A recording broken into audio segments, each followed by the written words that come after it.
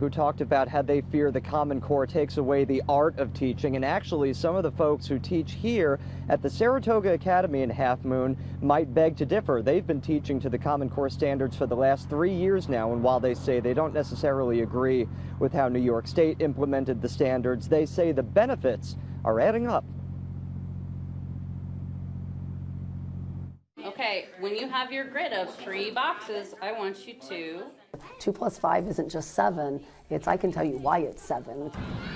Administrators at the Saratoga Academy say that why is important for kids to know, and why the objectives of the Common Core standards aren't so bad. Our distribution of students perfectly mirrors students at a public school. On the top, jack-o'-lantern. Students with special needs, high achievers, middle of the road. It's, again, what we are able to do with them to take them to those levels. In a kindergarten and first grade classroom, students break apart into small groups to learn and reinforce the lessons. When you like learning, you like to continue to learn. If you don't get it from the teacher standing at the board, you might get it from your friend, you might get it from a listening center, from a computer. Caitlin. My first day. These students are reading a story written for kids 1 to 2 grades higher than theirs. How do you measure how they're performing? I do a lot of informal assessments in my own group. I do spelling assessments, but we don't have to do the state assessments, so I have more freedom to teach to their own ability levels. That is the biggest difference the teachers here tell us between this school and the others in New York. Public school teachers have argued that it is the testing at the core of their concerns. Students are failing them, and results are just as critical for the teachers. Do you think you have an advantage, though, that the public schools don't have in the fact that you are a private institution? No, I think our advantage is that we had the foresight to go to this instead of fighting it.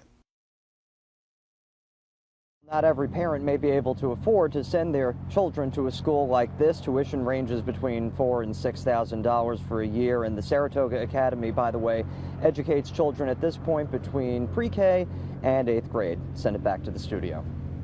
Hey Matt, it's Liz. Just a quick question. We've heard a lot of parents saying that they're having trouble doing the homework.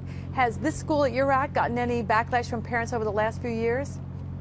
Believe it or not, Liz, there happen to be a lot of parents coming and going here, picking their kids up from after-school activities, and most of them at least have told the school that they haven't really had many problems because the school, at least one of the teachers told us, it's the teacher's responsibility to make sure that every student goes home and understands the homework, and they also send back a sheet that helps the parents know what the homework is all about, too. Now, granted, you'll hear from a lot of people who say that it's very difficult for the teachers to get the kids to understand some of the questions on the Common Core homework, and again that the tests are really outlandish according to some of these people, at least the wording on some of those questions. You remember Craig's piece last night reading some of those questions, and it was difficult for people to understand. But at least here they're a little bit freer of some of the state standards, as you heard in our piece tonight, and that gives them a little bit more flexibility, sometimes not to get caught up in some of the wording. And some of the parents here are pretty pleased with the job this school is doing.